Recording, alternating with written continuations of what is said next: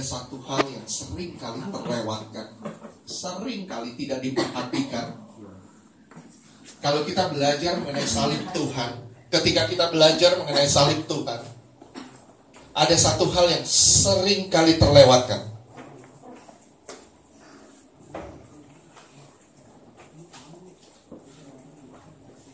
Sering kali, hampir tidak pernah dibahas dan hampir terlewatkan, benar-benar terlewatkan.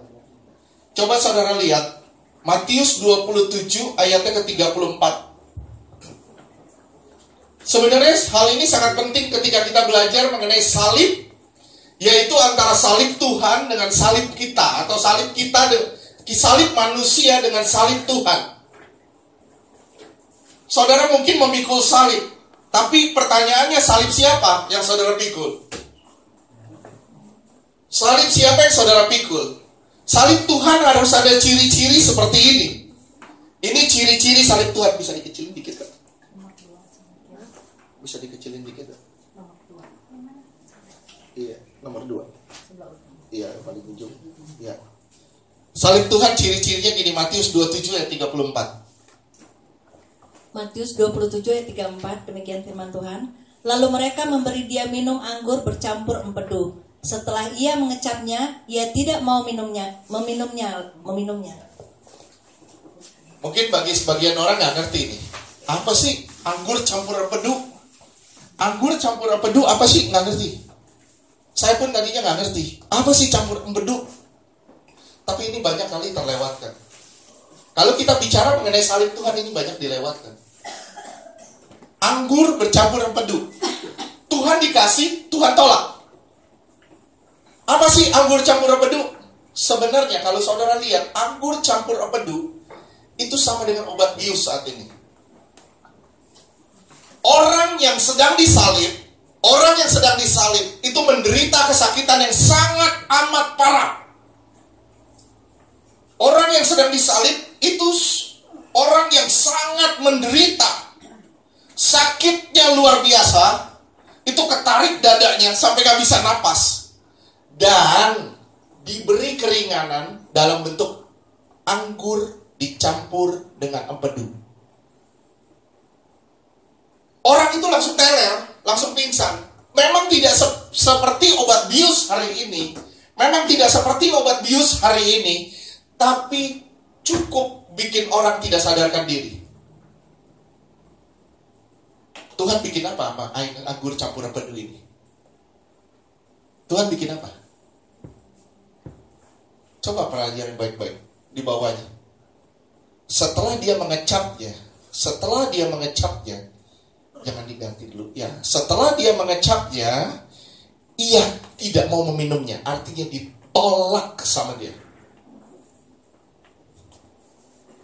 Anggur bercampur empedu ini sama dengan obat bius, menghilangkan rasa sakit.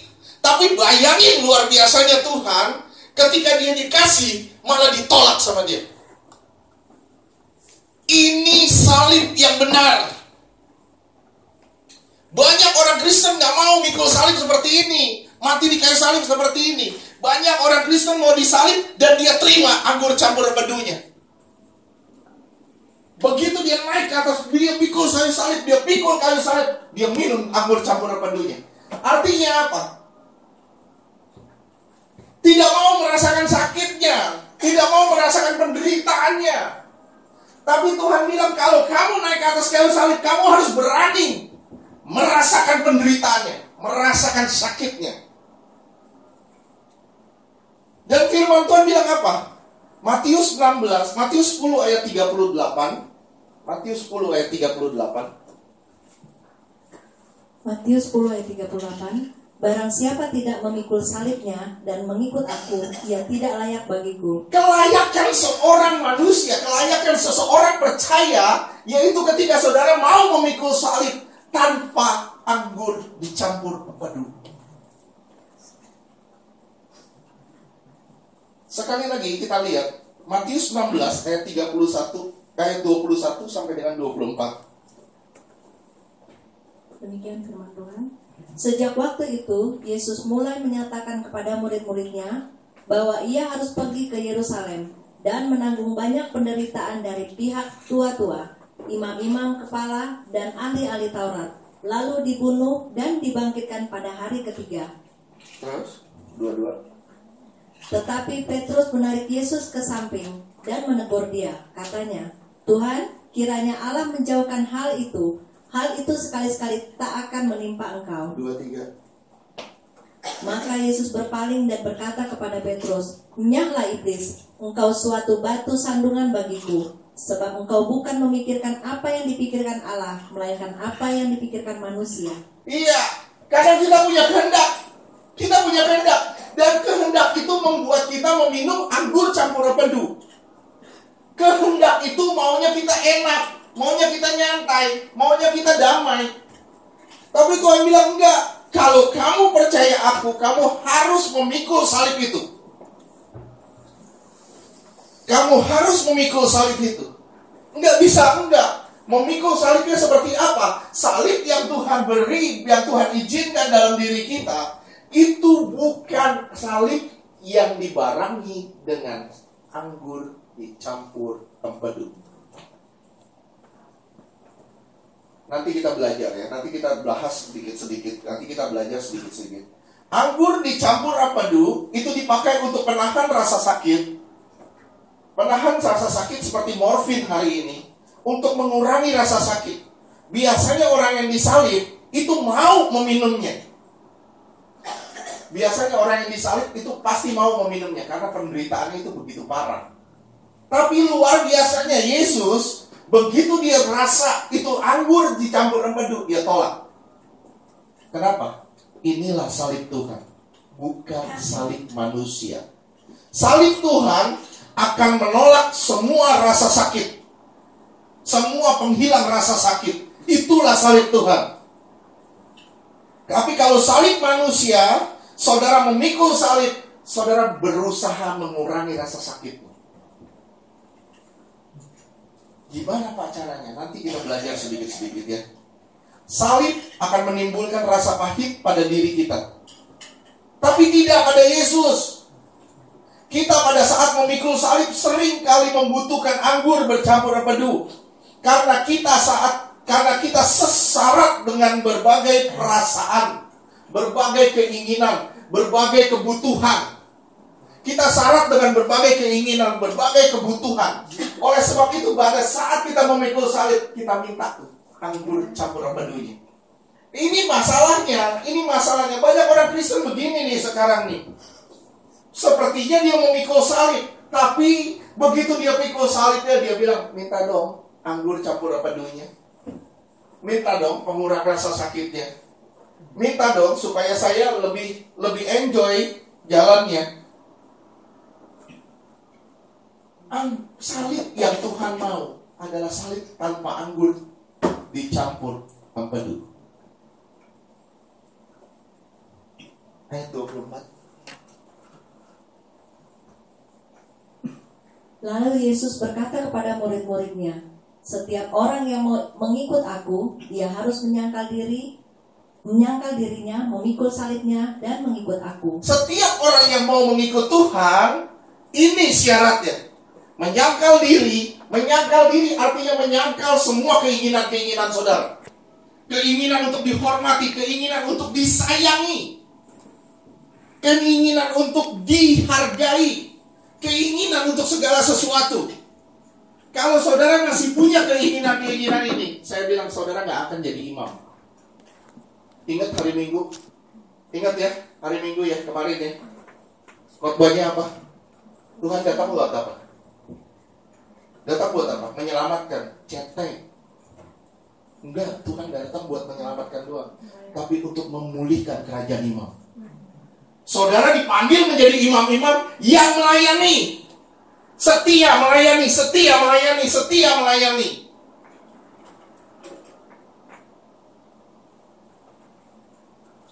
Walaupun pelayanan itu sepertinya tidak terasa, walaupun pelayanan itu sepertinya tidak enak, walaupun pelayanan itu sepertinya ya biasa-biasa aja, tapi kalau saudara setia, itulah upahnya.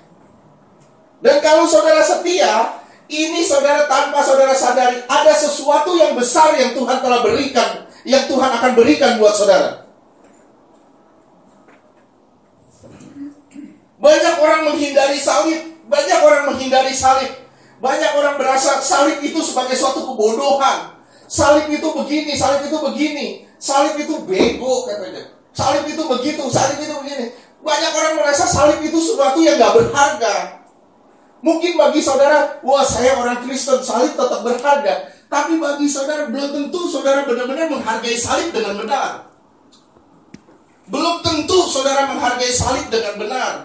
Kalau saudara menghargai salib dengan benar, saya kasih tahu rahasianya. Saudara akan bisa bersyukur dalam segala keadaan. Itu yang pertama. Yang kedua, kalau saudara menghargai salib dengan benar, saudara pasti melakukan apa yang Tuhan suruh buat saudara. Saudara akan berjalan sesuai dengan kehendak Allah, bukan dengan sesuai kehendak saudara lagi.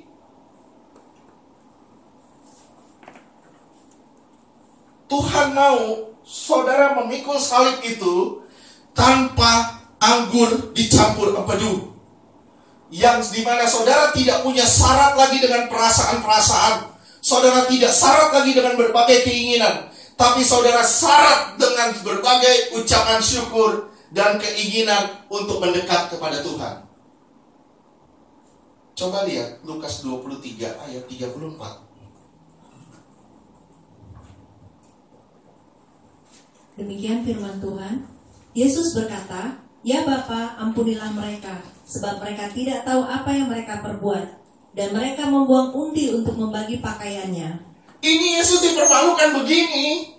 Dia bilang apa? Bapa, ampuni mereka, karena mereka tidak tahu apa yang mereka perbuat. Inilah salib tanpa anggur dan empedu.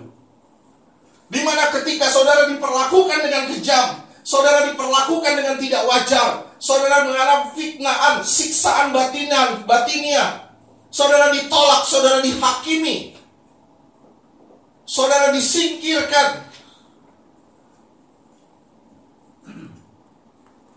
saudara melihatnya perlu, saudara butuh pertolongan, saudara butuh pengurang rasa sakit itu. Ketika saudara diberi anggur campur empedu, mau gak saudara meminumnya? Apakah saudara mengucap syukur ketika saudara disakiti orang? Apakah saudara mengucap syukur ketika saudara dihina orang? Ketika saudara disingkirkan orang, apakah saudara bisa bersyukur dalam segala keadaan? Ketika saudara tidak lagi dihargai orang, bagaimana respon saudara? Orang seharusnya tidak perlu memiliki pahit hati di dalam batinnya, tidak perlu memiliki rasa benci, tidak perlu memiliki menjauhi orang lain, tidak perlu. Kenapa? Karena sebenarnya dia tidak perlu anggur bercampur empedu. Tapi permasalahannya banyak orang Kristen hari ini menjauhi diri dari orang, menyingkir dari orang, tidak mau berdamai dengan orang. Kenapa? Karena saya merasa tidak dihargai, karena saya disingkirkan, karena saya diasingkan. Saudara merasa diasingkan sama orang, saudara merasa disingkirkan sama orang. Saya kasih tahu sama saudara, bukan orang yang harus datang kepada saudara, tapi saudara yang harus datang kepada dia. Bukan orang yang harus menyembah saudara dan berkata, ampuni saya. Tapi bisa nggak saudara merendahkan diri? Saudara tidak butuh anggur campur empedu. Saudara datang ke dia dan katakan, saya mau berdamai dengan kau, apapun resikonya.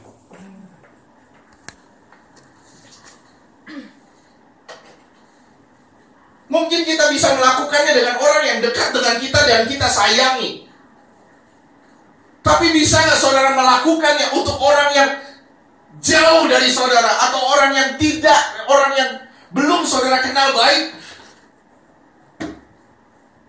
Bisa nggak saudara melakukannya? Mungkin buat anak kita bilang gampang kita melakukannya. Mungkin buat orang tua kita bilang gampang melakukannya. Tapi bisa nggak saudara melakukannya buat orang lain?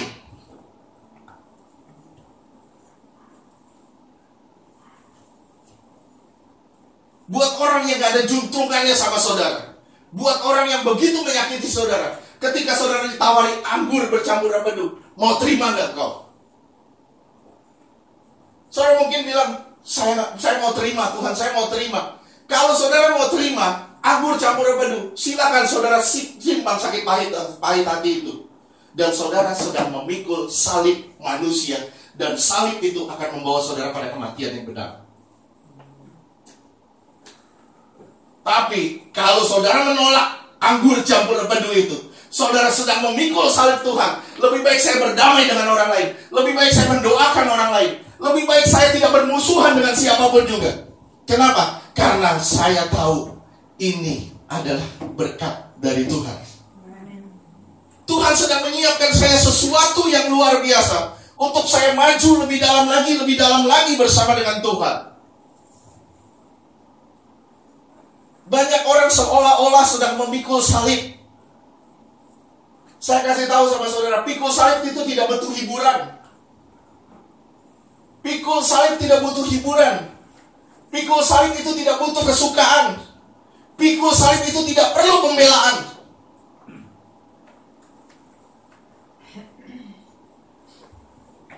Banyak orang memikul salib.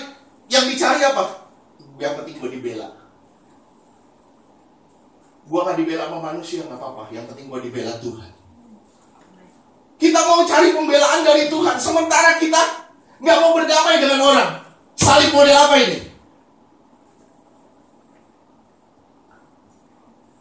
Kita mau dibela Tuhan, sementara kita musuhan sama orang. Salib model apa ini? Saya bilang orang begini jangan harap akan terangkat.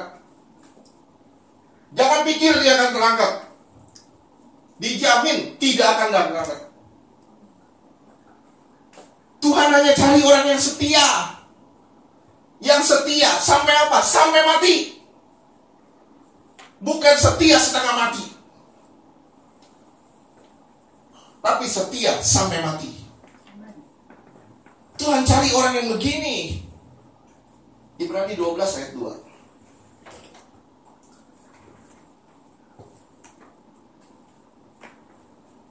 Ibrani 12 ayat 2. Marilah kita melakukannya dengan mata yang tertuju kepada Yesus, yang memimpin kita dalam iman dan membawa iman kita itu kepada kesempurnaan, yang dengan mengabaikan kehinaan tekun memikul salib, ganti sukacita yang disediakan bagi Dia yang sekarang duduk di sebelah kanan tahta Allah. Kita melakukannya dengan mata yang tertuju kepada Yesus, karena Yesus yang hanya akan membawa iman kita pada sempurna. Saudara akan dibawa dan digiring pada kesempurnaan ketika saudara mengikut Dia dan saudara memikul salib saudara tanpa anggur campur pedu.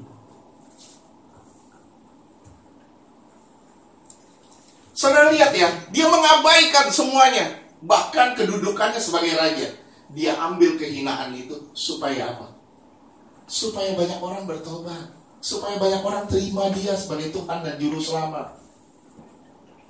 Sekarang mau gak saudara ambil kehinaan itu? Saudara disakitin orang, mau gak saudara ambil itu? Biarin deh, gue disakitin gak apa-apa. Yang penting gue berdoa buat dia supaya dia selamat.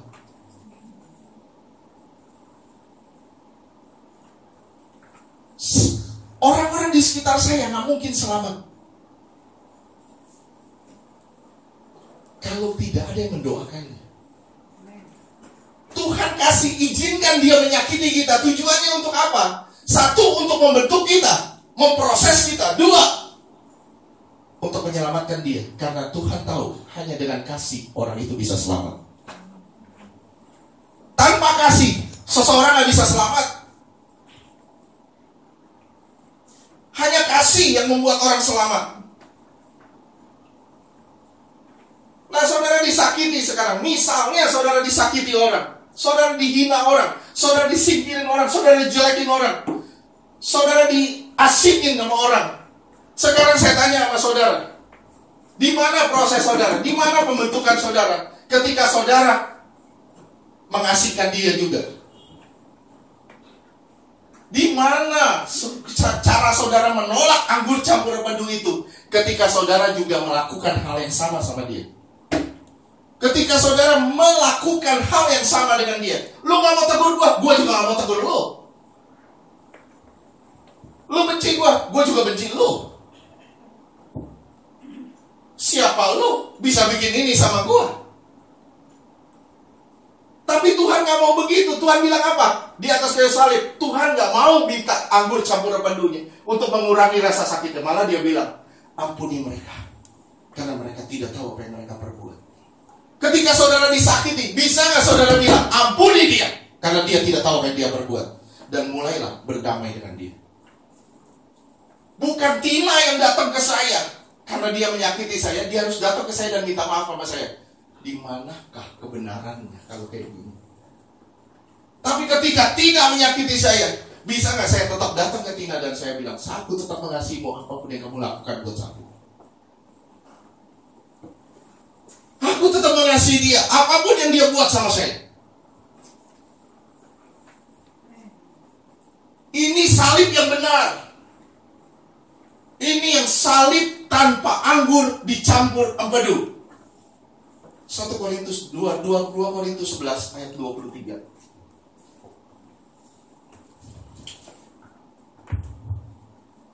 Apakah mereka pelayan Kristus?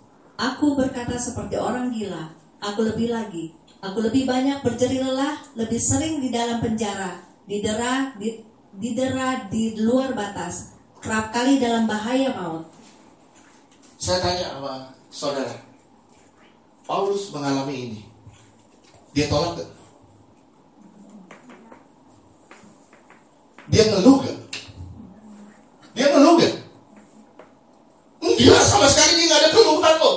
Dia bilang, lu pelayan Tuhan, gue lebih gila. Kenapa? Nih, gue bikin ini. Dia ngeluh gak? Enggak. Saudara begini, ngeluh gak? Sakit sedikit, ngeluh. Bermasalah sedikit, disakiti orang sedikit, ngeluh. Kekristenan tidak menjadi dewasa kalau saudara terus terjerembab di balik anggur bercampur empedu. Saudara terus mau dihibur, saudara terus mau dihargai orang, saudara terus mau diterima orang, saudara terus mau disanjung-sanjung orang. Kalau saudara sampai ke titik ini, saya bilang salib saudara bukan salib yang benar. Sorry, maaf. Saya nggak ngerti kenapa, tapi Tuhan maunya saya ngomong seperti ini. Kenapa? Saya nggak tahu. Mungkin saudara akan dijadikan imam Allah. Saudara mau dipakai Tuhan di kerajaan-kerajaan imamnya nanti. Kerajaan imam hanya bisa dipakai orang yang menjadi sekutu-sekutu salib, bukan seteru. Saudara bilang, saya percaya salib, saya berbahasa roh, saya menyembah Tuhan. Nonsen. Kalau cuma begitu doang, perbuatanmu yang benar. Tingkah lakumu mencerminkan salib itu enggak. You boleh kepenuhan, you boleh mengalami sesuatu, tapi kalau perbuatan you pulang hari ini begitu lagi. Di mana salib campur, di mana anggur campur empedunya? Terus kita mau diterima orang, terus kita mau dihargai orang, terus kita maunya jadi raja. Inikah yang namanya suatu ministry? Inikah yang namanya suatu pelayanan? Pelayanan itu harus berani jadi keset. Pelayanan itu harus berani di paling titik paling rendah. Pelayanan itu harus berani memikul salib. Pelayanan itu berani menyangkal diri. Pelayanan itu setia.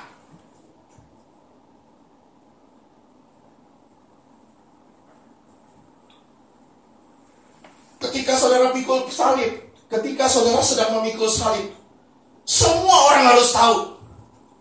Saya bilang, itu bukan salib Tuhan. Kalau saudara memikul salib, semua orang harus tahu itu bukan salib Tuhan.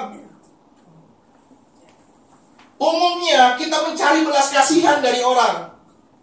Kita mencari simpati dari orang. Kita mencari penerimaan dari orang lain. Saya mau dihargai orang. Saya mau dapat simpati dari orang. Saya mau dapat belas kasihan dari orang. Muka saudara-saudara rubah, raut saudara-saudara rubah. Kesannya saudara benar-benar lagi sedih.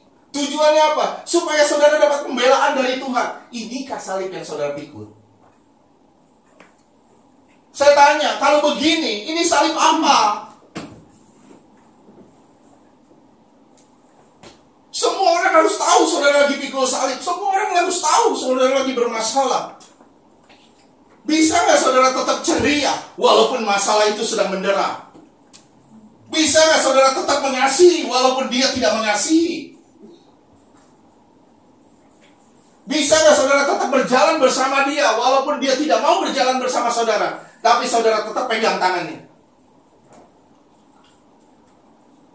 Saya tanya sama saudara, Yesus tahu gak Yudas akan mengkhianati dia?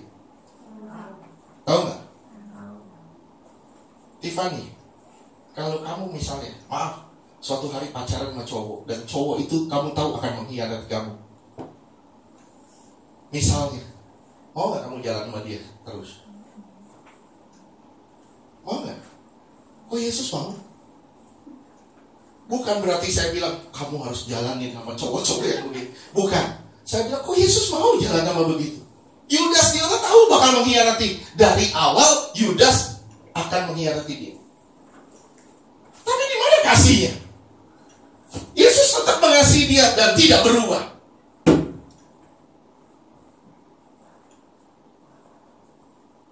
Saudara bersih gak? Belum kan? Kita semua masih ada dosa kan? Masih ada salah kan? Kita belum sempurna nih. Kalau sempurna kita udah bersama Tuhan sekarang. Kita lagi proses menuju kesempurnaan. Tapi kalau saudara sedang mengalami proses menuju kesempurnaan, saudara tidak bisa tidak. Saudara harus membawa tuh salib. Tapi salibnya tidak boleh dicampur dengan empedu. Anggur tidak boleh dicampur dengan empedu. Saudara tidak bisa minta, Tuhan, saya mau mengampuni dia Tuhan, saya mau menerima dia Tuhan, saya mau menerima dia Tuhan, asal dia menerima saya dulu. Nggak bisa. Tuhan bilang, you buka omongan, you buka jalur. Nggak bisa mulai dari orang lain. Jangan menuntut orang. Kalau sendiri, kamu sendiri nggak mau dituntut. Kamu harus berdamai dulu sama orang, baru Tuhan mau berdamai sama kamu. Amin gak? Kenapa jadi tegang banget? Jangan terlalu tegang ya.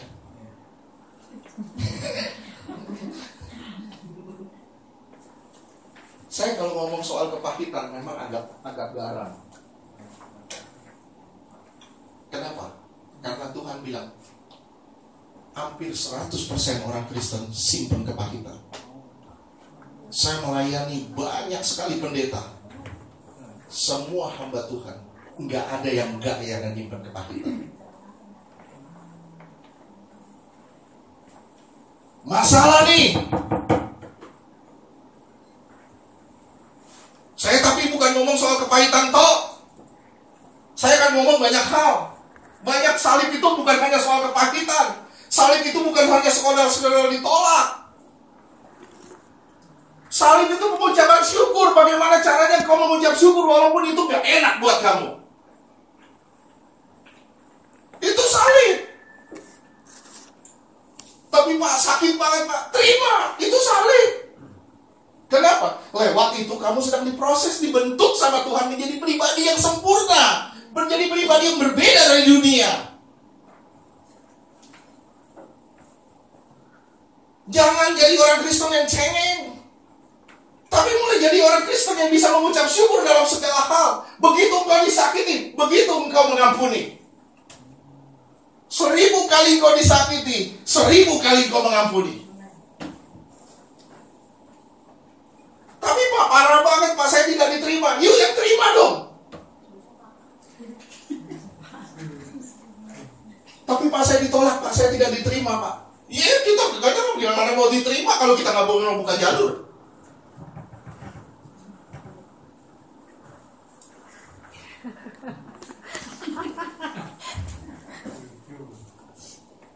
Oke? Mulainya start dari kita, jangan harap dari orang lain. Start selalu dari kita. Kalau saudara startnya dari orang orang lain, saudara nggak akan pernah maju. Betul gak sih saya ngomong? Betul sekali. Betul sekali. Kalau saudara startnya dari orang lain, saudara nggak pernah bisa maju. Saudara start dari kita. Saudara mau naik Uber, mau naik Grab, saudara ngarepin Grab lewat, saudara panggil. Lu tau mobil Grab yang kayak apa? Start dari kita buka aplikasi dulu, kita panggil dulu, baru dia datang. Betul gak? Lu ngarepin orang lain, kapan dia mau datang? Tuhan bilang, apa yang mau kamu inginkan orang lain lakukan bagi kamu, lakukan dulu buat dia. Amin gak? Kamu pingin orang apa? Baik sama kamu kan? Ya kan? Kamu pingin orang baik sama kamu kan? Ya kan? Baik dulu kamu sama orang.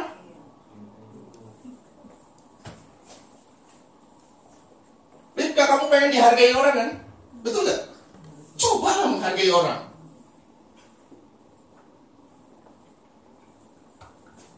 Amin? Itu salib.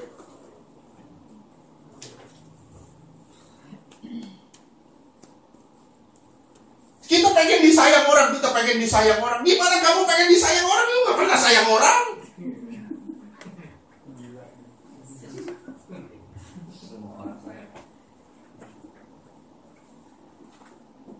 Pak, tapi Pak, suami saya lebih sayang anjing dari saya.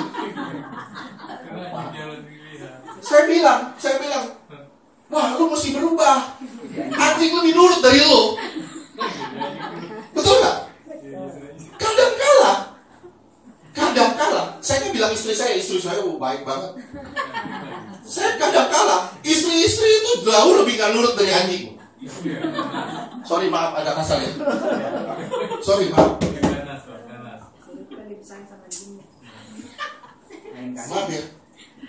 Maaf ya, jangan tersinggung. Dalam nama Yesus saya gak ada maksud apa-apa. Saya cuma mau saudara selamat dan berubah menjadi imam Allah, menjadi sempurna. Itu toh.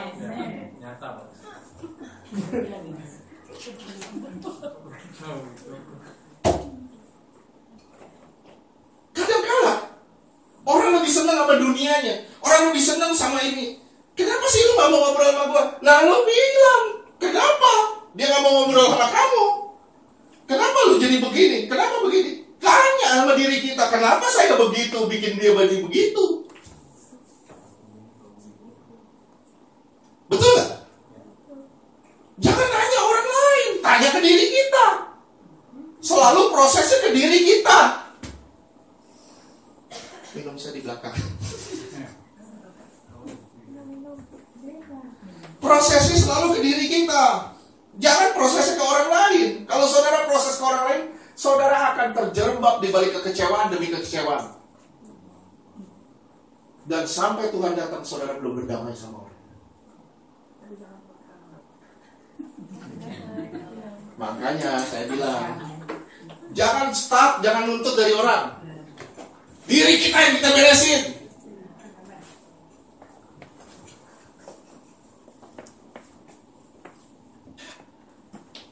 Gak apa-apa deh, saya begini, gak apa-apa. Yang penting biarin. Saudara mau bilang saya galak kayak apa, terserah. Tapi saya lihat, saudara lihat ya, saya di luar, saya gak pernah galak. Saya cuma galak di mimbar. Kenapa bisa begitu? Kenapa bisa begitu? Saya lemes kalau orang gak mau berubah-berubah sampai hari ini. Saya mau saudara berubah deh. You dengar, you lakukan deh. Itu aja, saya gak mau yang lain. Gak pusing sama apa-apa, saya mau pusing sama jiwa, keselamatan saudara, itu aja, toh.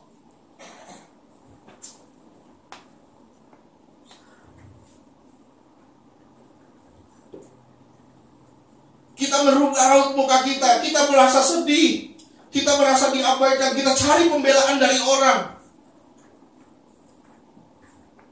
Tuhan menolak anggur campur empedunya.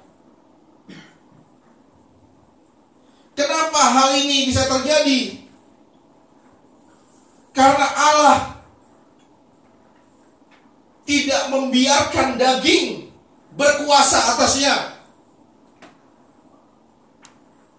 Tapi kalau kita membiarkan hasrat daging itu berkuasa atas kita, akhirnya kita akan cari orang yang bisa menolong kita, orang yang bisa sepaham dengan kita, orang yang sama-sama tersesat seperti kita. Seperti apa sih? Nih, contoh.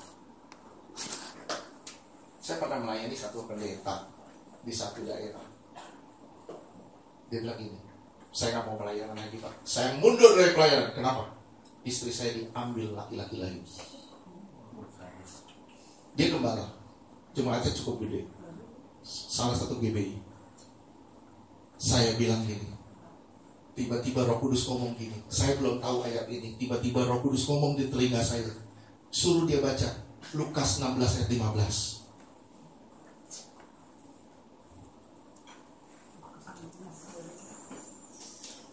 Demikian firman Tuhan. Lalu ia berkata kepada mereka, kamu membenarkan diri di hadapan orang, tetapi Allah mengetahui hatimu, sebab apa yang dikagumi manusia dibenci oleh Allah. Kamu kagum apa sih? Nama baik? Harga diri? Kamu kagum apa? Yang kamu kagumi dibenci Allah. Saya bilang sama hamba Tuhan itu, saya bilang, Pak baca. Begitu dia baca, saya bilang, jangan mundur dari pelayanan. Kenapa? Itu rencana iblis supaya engkau mundur. Iblis akan pakai orang, godok orang, ngomongin orang terus supaya apa? Supaya pelayanan ambruk gitu aja. Tapi Tuhan gak mau seperti itu. Tuhan bilang apa? Kamu bertahan, kamu bertahan. Kenapa? Itu salib. Jangan ambil anggur campuran padunya. Jangan cari pembelaan dari orang. Biar aku yang berdiri bela kamu. Jangan cari accepted dari orang.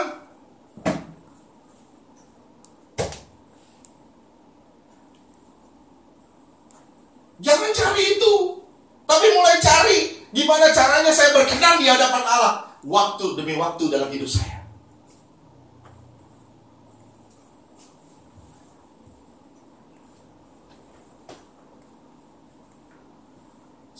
Saya nggak ngomong soal kepahitan toh ya. Tapi di sini saya lihat kalau masalahnya kepahitan ini menjadi jebakan loh. Jebakan iblis supaya banyak orang yang mestinya selamat jadi binasa. Kenapa? Karena nggak mau berdamai. Orang yang seharusnya menerima kemuliaan hilang keselamatan, hilang kemuliaan. Kenapa? Karena satu orang nggak mau berdamai. Wah, saya bilang betapa ruginya saudara-saudara akan bertemu sebanyak saudara nanti di surga. Karena satu orang saudara kehilangan banyak saudara yang Tuhan telah siapkan buat saudara di surga. Wih, rugi banget deh. Bisa gak kita mulai menerima orang lain apa adanya? Bisa gak kita mulai mengampuni dia? Bisa gak kita mulai melihat ini sebagai satu salib yang membentuk dan memproses kita menjadi pribadi yang sempurna di hadapan Tuhan? Saudara mau jadi sempurna kan? Gimana caranya? Nggak ada cara lain, harus digodok, dibakar. Kalau saudara kayu, harus dikikis. Kalau saudara batu, harus digosok. Kalau saudara emas, harus dilelehkan dulu.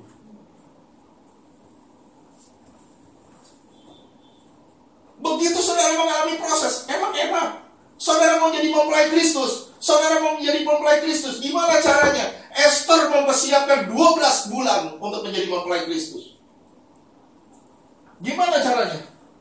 6 bulan dia dikasih mur. Mur apa? Mur itu penderitaan. 12 bulan, 6 bulannya menderita. 6 bulan lagi dikasih wangi-wangian. Artinya apa? Mulai membangun hubungan, koneksi dengan Tuhan. Waktu saudara disakitin orang, mau nggak saudara tetap berdamai dengan orang itu? Saya mungkin bilang Alkitab nggak mudah. nggak nyambung sama gue. Kalau saudara bilang gitu, wah ini pendeta terlalu muluk-muluk. Saya bilang saudara bakal masuk neraka kalau kayak gitu. Harus benar-benar mau untuk berdamai. Harus benar-benar mau untuk membuka jalur untuk berdamai. Sakit Pak, nggak peduli. Kalau kita ngelihat ke bawah, sakit. Jangan ngelihat ke bawah, lihat ke salib.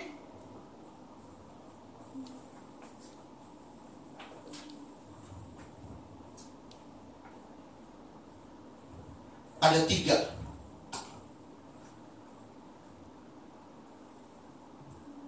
tiga proses pembentukan orang. Ada tiga proses seseorang itu bermasalah. Tiga proses seseorang bermasalah. Yang pertama, saya bilang ya, ini tiga proses orang mengambil anggur campur empedu. Begitu dia kepikul salib, dia bilang, saya minta dong anggur campur empedu. Yang pertama, proses pertama, saudara akan cari manusia. Saudara cari manusia. Tadi kita udah baca Lukas 16 ayat 15. Saudara cari pembelaan. Saudara mulai marah. Saudara benci. Saudara mulai tidak mengampuni. Bahkan saudara mulai tidak respect sama orang.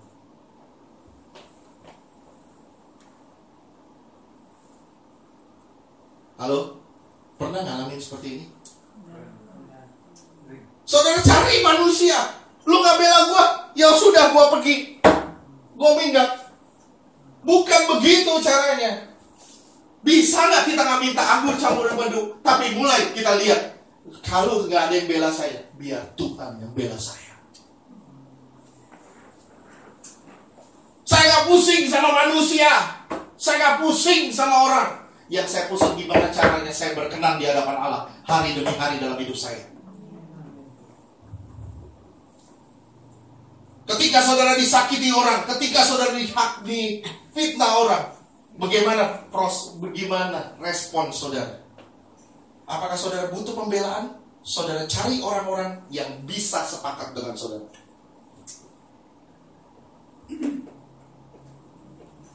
Saya disakiti Tiffany. Saya bilang, Tina, lu tahu nggak Tiffany itu begini. Akhirnya Tina benci Tiffany. Saya cari orang-orang yang bisa binasa bareng saya.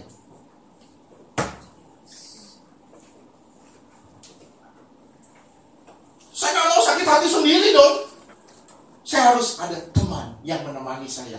Kepahitan, susah senang sama-sama. Bahkan saya akan meracuni banyak orang. Firman Tuhan gak salah. Waktu Paulus ngomong sama Timotius, dia bilang apa? Perkataan mereka menjalar seperti penyakit kanker. Ngejalar.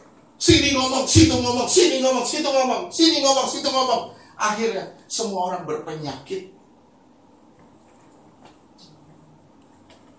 Pertama, begitu saudara pikul salib, saudara cari manusia. Ini masalah. Yang kedua, ketika saudara pikul salib, saudara bikin apa? Saudara nunduk. Nunduk gimana? Kasihan ya gue. Aduh, nyinyir udah gue deh hidupnya. Aduh, kok gue begini banget sih? Aduh, gue sakit banget. Aduh, kita mulai lihat ke diri kita sendiri. Betul. Kita mulai mengasihani diri kita. Kita mulai mengasihani diri kita. Kita mulai lihat siapa kita, bukan siapa Tuhan. Paulus jelas dia mengalami aniaya, mengalami siksaan. Ada nggak ditulis di sini? Dia benci. Tadi saya ngomong sama Ibu Linda, saya bilang apa? Bu, ibu mau kesembuhan? Iya. Sembuhan model apa?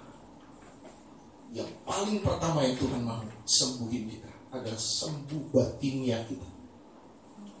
Manusia rohani kita yang harus sembuh dulu. Rohanimu sembuh, seluruh jasmanimu akan sembuh. Jasmani rohani dulu yang ketika rohani beres, semua pasti beres. Rohani gak beres, gimana? Jasmani mau ikutin beres. Nah Tuhan bilang, proses dulu ya. Sampai apa? Sampai rohani mau beres. Kadang menyakitkan loh. Aduh Tuhan, kapan sih beresnya? Saya tanya sama saudara, saya pun sampai hari ini masih mengalami salib. Dan salib saya berbeda dengan salib saudara. Salib Ibu Linda berbeda dengan salib Ibu Rosmaida. Salib masing-masing orang di sini berbeda. Ada orang yang disakitin orang. Gimana salibmu? Saya disakitin orang, Pak. Bisa nggak? Kamu nggak minta anggur campur pedu. Bisa nggak kamu berdamai? Itu salib. Pak, tapi saya difitnah orang gini. Bisa nggak? Kita mulai dari diri kita. Kita nggak mulai dari orang lain. Kita nggak nuntut orang untuk bikin sesuatu bagi kita. Tapi kita tuntut diri kita bagaimana kita menerima orang lain apa adanya. Beri kemuliaan buat Tuhan. Kita jangan nengok ke bawah. Kita jangan lihat diri kita. Tapi kita mulai lihat situasi di sekitar kita. Sekitar kita harus berubah. Perubahan bukan mulai dari orang lain, tapi perubahan mulai dari diri kita. Amin. Kalau saudara mengharapkan perubahan dari orang lain, itu perubahan semu. Tapi mulai berubah dari diri kita. Bagaimana cara kita memandang salib itu. Yang ketiga, ketika saudara mengalami salib, bagaimana sikap saudara? Yang ketiga, pasrah. Pasrah menjadikan saudara orang yang pasif. Pasrah itu berbeda dengan berserah. Pasrah itu berbeda dengan berserah. Kalau berserah gini, Tuhan mau Tuhan, silakan Tuhan, apa yang kau mau bikin buat saya? Tuhan bilang, lu berdamai, pergi sana ke rumahnya. Oke, siap Tuhan, saya beresin. Buka jalur sana SMS, sana minta maaf. Siap Tuhan. Itu berserah. Tapi kalau pasrah, Tuhan terserah Tuhan. Mau sakit-sakit deh, mau mati-mati deh Tuhan. Tuhan mau bikin apa? Terserah deh Tuhan. Terserah. Pada dasarnya orang yang pasrah ini adalah orang yang kecewa dengan Tuhan. Betul gak? Kecewa dengan keadaan, kecewa dengan Tuhan. Pasif. Saudara menyerah bukan berarti berserah. Pasif. Kecewa dalam bentuk yang lain. Contohnya Elia. Saudara lihat Elia. 1 Raja-Raja 19 ayat 1 sampai 4. Saya berusaha menyelesaikannya. Demikian firman Tuhan. Ketika Ahab memberitahukan kepada Isabel segala yang dilakukan Elia dan perihal Elia membunuh semua nabi itu dengan pedang, maka Isabel menyuruh seorang suruhan mengatakan kepada Elia, beginilah kiranya para Allah menghukum aku, bahkan lebih lagi daripada itu. Jika besok kira-kira pada waktu ini aku tidak membuat nyawamu sama seperti nyawa salah seorang dari mereka itu, maka takutlah ia, lalu bangkit dan pergi menyelamatkan nyawanya. Dan setelah sampai ke Bersheba yang termasuk wilayah Yehuda, ia meninggalkan bujangnya di sana. Tetapi ia sendiri masuk ke padang gurun sehari perjalanan jauhnya, lalu duduk di bawah sebuah pohon ara. Kemudian ia ingin mati, katanya, cukuplah itu. Sekarang ya Tuhan, ambillah nyawaku, sebab aku ini tidak lebih baik daripada nenek moyangku.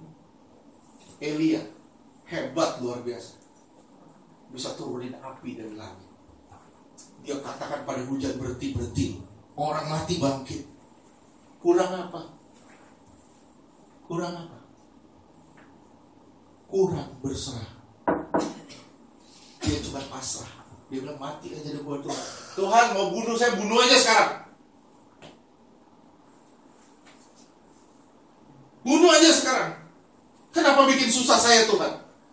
orang seperti ini sebenarnya orang kecewa. Banyak orang Kristen mengalami masalah yang tidak pernah selesai sampai hari ini. Bagaimana respon saudara? Pasrah atau berserah? Kalau saudara berserah, saudara bilang, saya berserah padamu Tuhan. Apa yang kau mau? Tuhan bilang, beres semuanya. Beresin semuanya. Ayo beresin. Ayo Tuhan, saya mau Tuhan. Saya berserah Tuhan. Saya mau Tuhan. Tuhan bilang, ayo beresin. Ayo ampunin. Ayo berdamai. Ayo begini. Ayo begini. Ayo begini. Saya bilang, Tuhan saya siap. Ini tipe orang yang berserah. Tapi tipe orang pasrah apa? Tuhan, matiin aja gue. Bunuh aja gue Tuhan. Kenapa? Saya gak berarti Tuhan. Ini pasrah. Sebenarnya pasrah ini negatif. Pasrah itu negatif. Kesannya baik, tapi sebenarnya negatif. Bukan positif. Tapi kalau saudara berserah, saudara tetap melakukan kehendak Tuhan. Kalau pasrah, saudara bilang, gue gak mau melakukan kehendak Tuhan, lebih baik cabut nyawa gue. Oke? Sampai sini ngerti? Saya rindu saudara jadi orang yang berserah, bukan yang pasrah. Saudara ngalamin masalah, saya ngalamin masalah, tapi caranya berbeda. Saudara punya pergumulan, saya punya pergumulan, tapi cara kita berbeda. Bisa nggak saudara melihat salib, memandang salib, saudara pikul salib, sambil bilang, terima kasih Tuhan, saya sedang dibentuk, diproses sama Tuhan, menjadi pribadi yang luar biasa di hadapan Tuhan. Terima kasih Tuhan, lewat salib ini Tuhan, saya belajar menerima orang lain apa adanya. Terima kasih Tuhan, lewat salib ini Tuhan, saya mengalami penyempurnaan dari Tuhan. Terima kasih Tuhan, Engkau sungguh luar biasa. Saya mengalami masalah demi masalah, sakit demi penyakit sampai hari ini Tuhan. Saya tahu Tuhan, jalan keluarnya cuman saya harus membereskan diri saya. Saudara dengar firman, respon. Dengar, respon. Dengar, respon. Kalau saudara dengar firman, saudara lawan. Ya, itu masalah. Ayub 1 ayat 20 sampai 21. Demikian firman Tuhan. Maka berdirilah Ayub, lalu mengoyak jubahnya dan mencukur kepalanya. Kemudian sujudlah ia dan menyembah. Terus? Katanya, dengan telanjang aku keluar dari kandungan ibuku, dengan telanjang juga aku akan kembali ke dalamnya. Tuhan yang memberi, Tuhan yang mengambil, terpujilah nama Tuhan. Dulu saya pikir Ayub itu orang yang pasrah, orang yang berserah.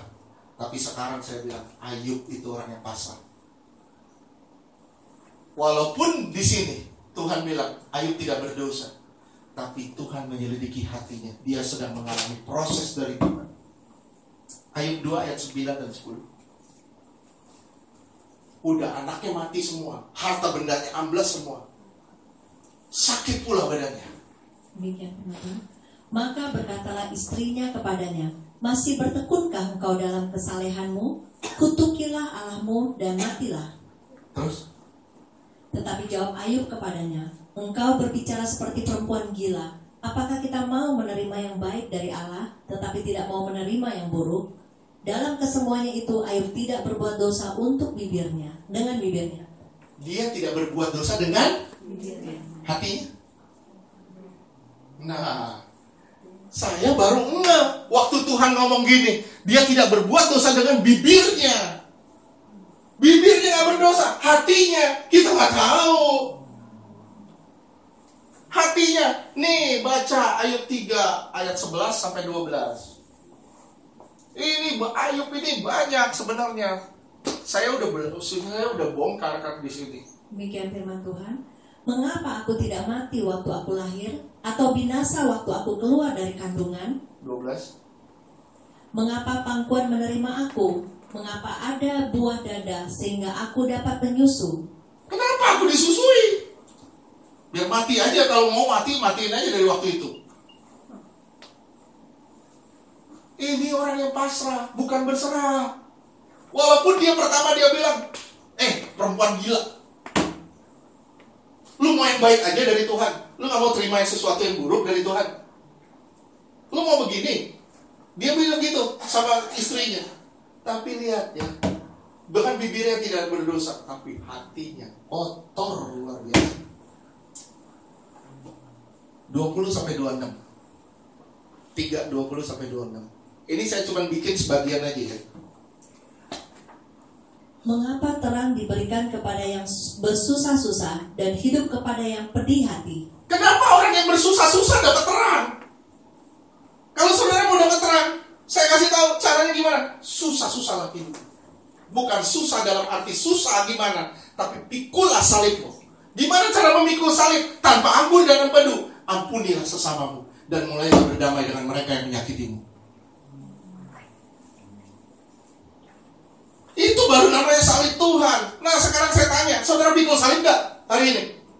Pikul kan? Pikul salib siapa? Salib kita sendiri. Kita masih mau diterima orang. Kita masih ngelihat ke diri kita. Kita masih pasif. Sebenarnya kita belum berserah total sama Allah. Terus lanjutkan. Yang menantikan maut yang tak kunjung tiba, yang mengejarnya lebih daripada menggali harta terpendam. Terus? Yang bersukaria dan bersorak-sorai dan senang bila mereka menemukan kubur. Lebih baik mati katanya. Sering gak kita nyerah begini? Sering. Bahkan dalam doa, Tuhan biar mati yang hidup gue Tuhan. Capek Tuhan hidup ini, Tuhan capek Tuhan. Saya cuma bilang, kalau kamu hidup, kamu bermanfaat di hadapan Tuhan. Amin. Kalau kamu mati, kamu gak bermanfaat di hadapan Tuhan. Tuhan bilang, lebih baik kamu hidup dan kamu bermanfaat. Gimana caranya Tuhan saya bisa bermanfaat kalau saya begini? Saya kasih tahu sama saudara ya. Saudara masih bisa bermanfaat dengan berbagai cara dari hidup saudara. Saya gak punya apa-apa, saudara punya doa. Saya gak bisa bikin apa-apa, saudara bisa bikin apa-apa. Cuma saudara tidak mau bikin apa-apa. Betul gak? Saudara perhatiin. Saya dalam segala hal, saya jarang nyuruh orang. Istri saya bilang, lu jangan mau ambil sendiri. Saya bilang, gua ambil sendiri, gak apa-apa. Kenapa? Karena saya gak mau bilang, Tif, tolong angkatin ini, Tif. Kalau dia sampai bilang nolak, saya kecewa. Lebih baik saya bilang, gua angkat sendiri. Gua bikin sendiri. Nah seharusnya kita punya kesadaran, apa bagian kita, lakukan. Jangan menuntut Tuhan lakukan bagianmu. Saudara sendiri gak mau bikin bagian saudara. Kekristenan macam apa kayak gini? Saudara maunya hura-hura, maunya foya-foya. Kekristenan apa kayak gini?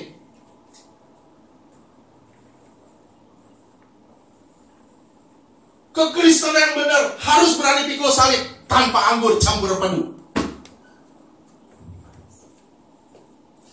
Terus lanjutkan. Kepada orang laki-laki yang jalannya tersembunyi, yang dikepung Allah. Terus? Karena ganti rotiku adalah keluh kesahku, dan keluh kesahku tercurah seperti air. Terus? Oh dia berkeluh kesah terus. Artinya dia bersungut-sungut seperti air. Sungut-sungutnya seperti air. Terus? Karena yang kutakutkan itulah yang menimpa aku, dan yang kucemaskan itulah yang mendatangi aku. Kenapa? Itu yang saudara cemaskan, itu yang saudara takutkan, itu yang akan terjadi pada saudara. Boleh gak kita menakutkan sesuatu? Tidak. Kenapa? Karena iblis akan tahu kelemahanmu. Terus, Tuhan. Aku tidak mendapat ketenangan dan ketentraman. Aku tidak mendapat istirahat, tetapi kegelisahanlah yang timbul. Iya. Saudara perhatiin buletin kemarin. Ada nggak tulisan begini bunyi? Iblis tahu kelemahanmu. Betul? Tahu nggak kita kelemahan iblis? Tahu dong, kita belajar firman. Iblis tahu kelemahan Diki. Diki, kalau disakitin gue bisa masuk ke dalam diri. Gimana caranya? Bilang, Tina, sakiti dia. Tina sakitin dia. Dia kepahiran. Iblis bilang, gue masuk ke dalam dia. Iblis itu tahu kelemahan kita loh. Umur lu berapa, Rika? 14. Umur iblis berapa? Umur iblis berapa? Kamu mau adu canggih, mau adu jago, tahu kelemahan, mau tahu gimana? Kamu harusnya lebih pintar dari iblis. Gimana caranya? Nih, firman Tuhan ini terang bagi jalan kita, tuntunan bagi hidup kita. Kalau kita mengerti firman Tuhan dengan benar, kita bisa bilang, iblis di bawah kaki gue. Iblis gak punya arti apa-apa. Iblis gak bisa bikin apa-apa sama hidup kita kalau kita benar di dalam Tuhan. You jangan membelot deh sama Tuhan. Ikutin aja apa mau Tuhan. Tuhan, you mau apa Tuhan? Tuhan mau apa? Ayo Tuhan, ikut. Tuhan mau gas. Tuhan mau belokin kiri, belokin. Tuhan mau belokin ke kanan, belokin. Silakan Tuhan. Saya mau tunduk pada perintah Tuhan. Ayo. Dengan bibirnya tidak bersalah, tapi dengan hatinya kita nggak tahu. Kita lihat, saudara akan lihat, Ayub itu luar biasa. Dibentuk, diproses luar biasa. Sakit buat dia, tapi itu obat bagi dia. Obatnya apa? Kesempurnaan terjadi. Pelipat gandaan itu baru terjadi ketika Ayub benar-benar jadi orang yang berserah sama Tuhan. Tunduk kepada perintah Tuhan. Hormat kepada Tuhan. Saya ngeliat iblis begitu tahu siapa kita. Dia tahu kelemahan kita. Soal mungkin bilang, Pak saya disakitin terus Pak. Saya cuma bilang, you belum punya hati setebal gorilla glass. Kalau kamu masih terluka, iblis akan porak-porandain kamu terus sampai kamu udah gak bisa terluka lagi, sampai kamu gak bisa sakit lagi. Begitu kamu gak bisa sakit lagi, baru iblis bilang, waduh, gue kalah nih. Kenapa? Saudara sudah tidak punya kelemahan lagi. Kelemahan saudara sudah ditutupi sama kebenaran firman Tuhan. Di situ saatnya kita lebih dari seorang pemenang. Gampang nyanyi, lebih dari pemenang. Mana penang? Apa sesama aja kita gak bisa ngampunin? Mau nyanyi lebih dari pemenang? Nyanyi ganti, lebih dari pecundang.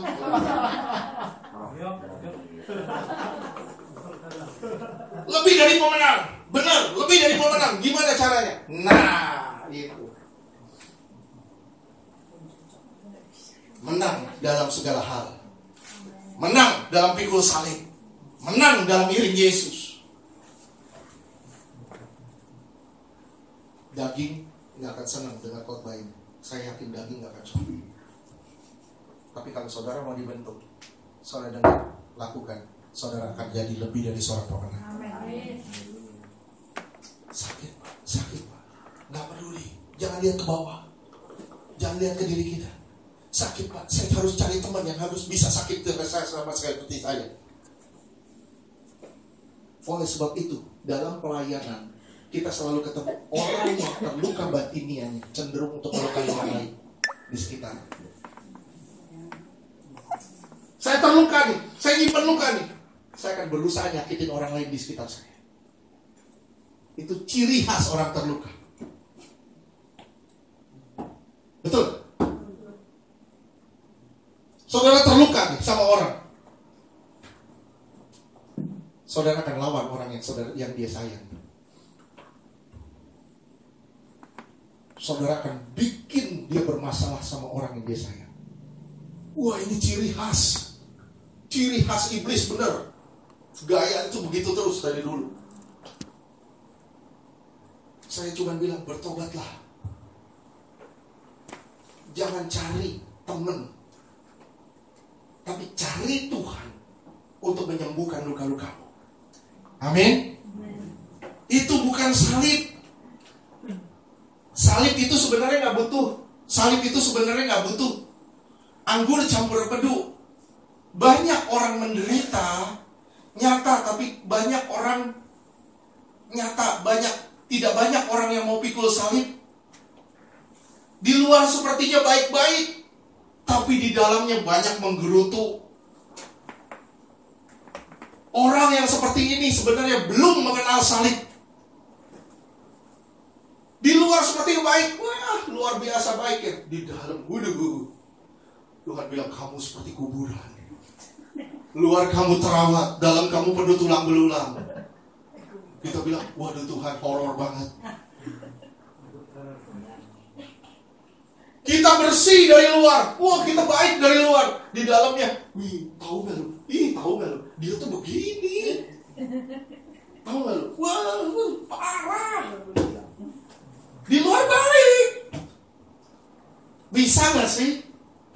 Di luar baik, di dalam baik? Bisa. Gimana caranya? Di luar kelihatannya baik, begitu di dalam. Tuhan, saya mengasihi dia Tuhan, dengan kasih yang Tuhan berikan buat saya. Sebagaimana Tuhan mengasihi saya, ajar saya untuk mengasihi orang yang menyakiti hati saya.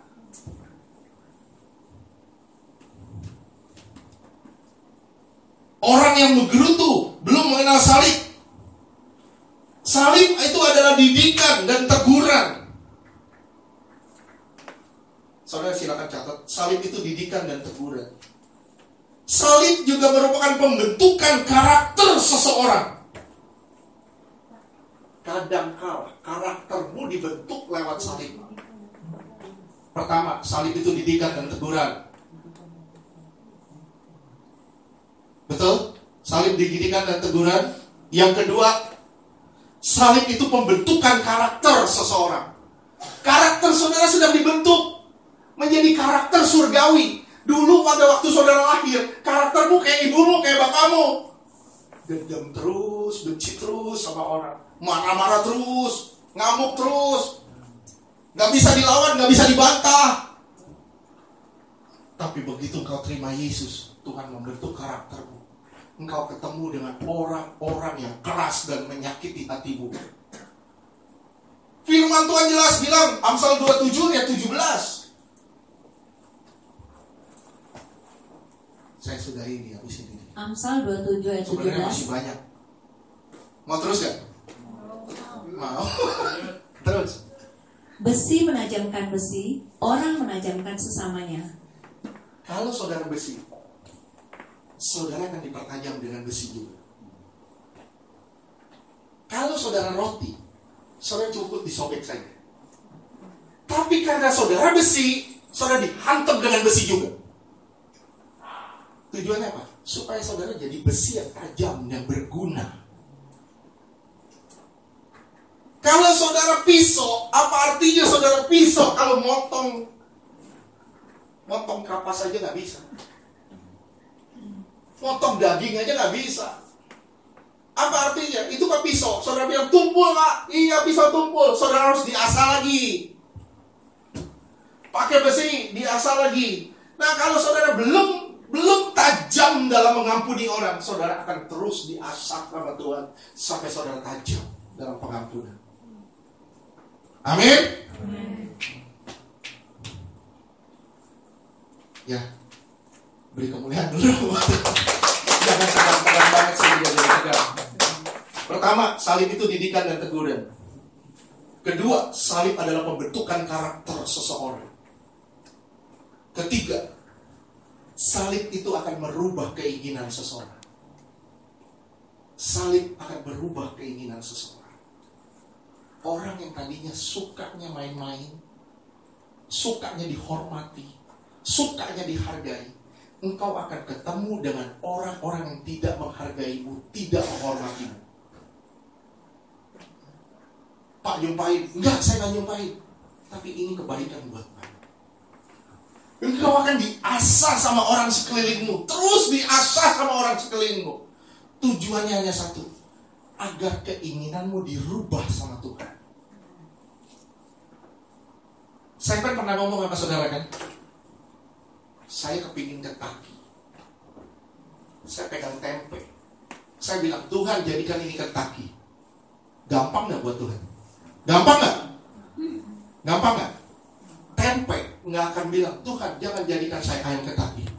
Tempe gak akan bilang gitu. Tapi merubah keinginan kita. Dari keinginan akan Kentucky jadi keinginan akan tempe, itu jauh lebih susah. Kenapa? Karena saya bisa berontak sama Tuhan. Tuhan, tempe lagi, tempe lagi. Tempe lagi, tempe lagi. Keinginan saya itu jauh lebih susah dirubah.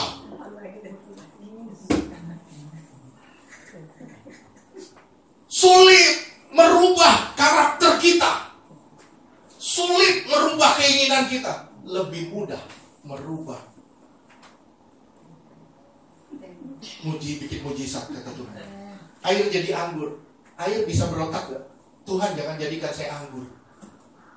Nggak bakal bisa berontak. Tapi merubah keinginan para pengunjung itu. Dari keinginan akan anggur jadi keinginan akan air putih. Itu jauh lebih susah dari semuanya.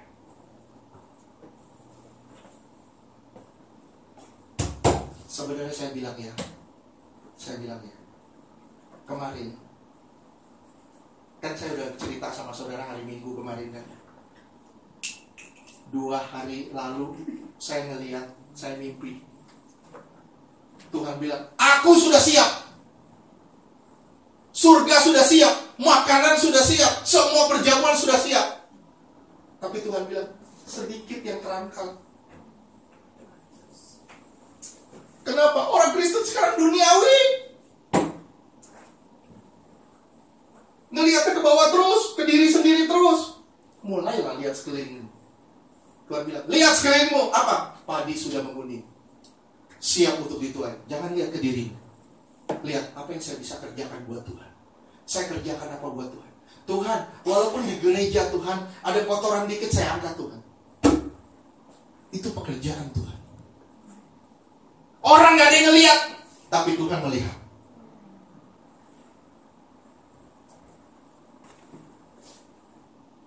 Kenapa? Saya ngomongnya, sampai ruang ibadah kita doang yang ditulis, tolong buang sampah pada tempatnya. Kenapa? Saya jujur, saya sebagai manusia, saya tersinggung saya lihat itu. Kenapa gereja lain enggak di sekelilingnya? Saya bilang, kita makan-makan terus. Cuma ibadah kita, ibadah makan-makan. Kotorannya disimpan di dalam. Coba tahu buang-buang keluar. Saudara lihat sampah di dalam, buang. Tanggung jawab. Tanggung jawab imam. Saudara bilang, saudara bukan melakukannya buat saya. Saudara bukan melakukannya buat Karen. Buat siapa? Tidak, saudara melakukannya buat Tuhan. Perbuatan saudara yang tersembunyi akan menjadi berkat buat saudara sendiri. Amin. Kerjakanlah semuanya dengan sukacita. Jangan lihat ke diri kita. Tuhan, apa yang Tuhan bisa buat saya? Jangan, tapi lihat, tanya sama Tuhan. Tuhan, saya bisa bikin apa buat Tuhan? Kalau saudara bilang, Tuhan saya bisa bikin apa buat Tuhan? Saudara gak akan lari dari Tuhan. Saudara gak akan menyimpang dari jalan Tuhan. Kenapa? Karena saudara ngomong apa? Tuhan, saya bisa bikin apa buat Tuhan? Kita banyak lari kan? Banyak nyimpang kan dari jalan Tuhan kan? Kita ngambil jalan kita sendiri. Kenapa? Karena kita selalu bilang, Tuhan, lu bisa bikin apa sama gue? Gue cari yang enak Tuhan, cari yang nyaman Tuhan. Enggak. Salib itu didikan, teguran. Salib itu pembentukan karakter. Salib itu perubahan keinginan seseorang. Kecondongan hati seseorang itu dirubah sama Tuhan, diproses sama Tuhan sedemikian rupa sampai saudara menjadi pribadi yang sempurna.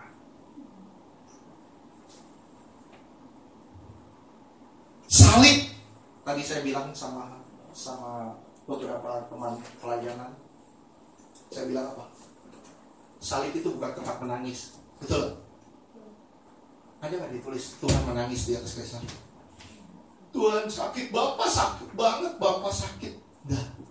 Salib itu tempat mencurahkan darah, pengorbanan. Saya bilang sama saudara, pelayanan itu pengorbanan. Pelayanan tanpa pengorbanan bukan pelayanan. Ya. Pelayanan harus berani berkorban. Berkorban apa Pak? Berkorban segala-galanya, bahkan nyawa.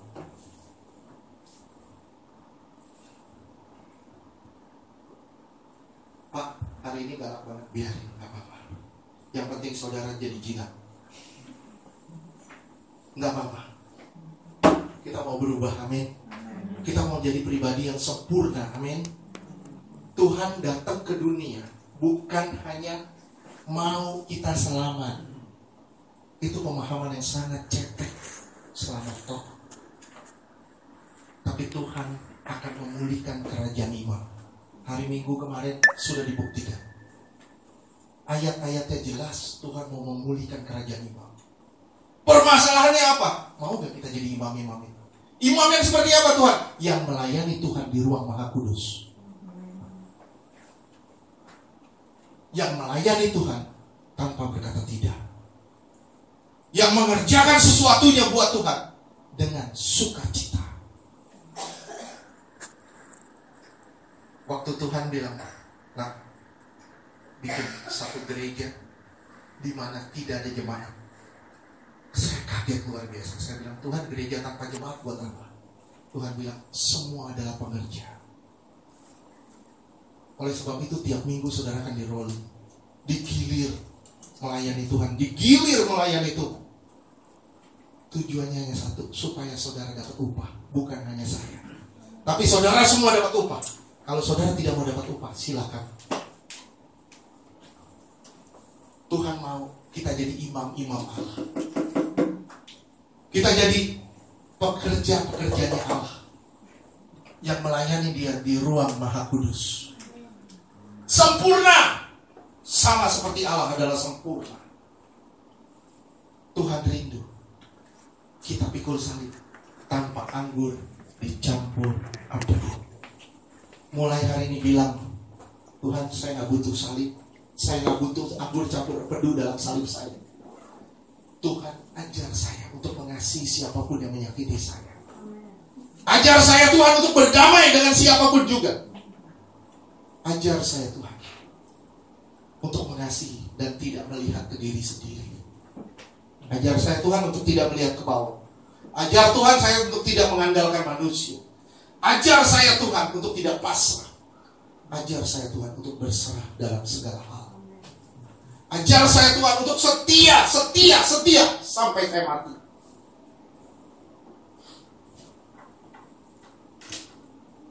Saya sama Karen, sebenarnya kita harus jadi patron. Kita harus jadi patron kesetiaan. Secara daging saya bilang capek. Itus, Chosen, capek. Tapi di dalam membara, saya mau kita semua jadi imam-imam kudusnya Allah. Saya mau semua kita di sini hidup benar di hadapan Tuhan. Kita semua di sini benar-benar menjadi mempelai Kristus yang tidak bercacat, tidak bercela. Ngotot, kita harus ngotot banget. Dalam memikul salib, kalau saudara nggak ngotot, saudara nggak akan bisa sampai ke tujuan. Saudara harus ngotot. Amin.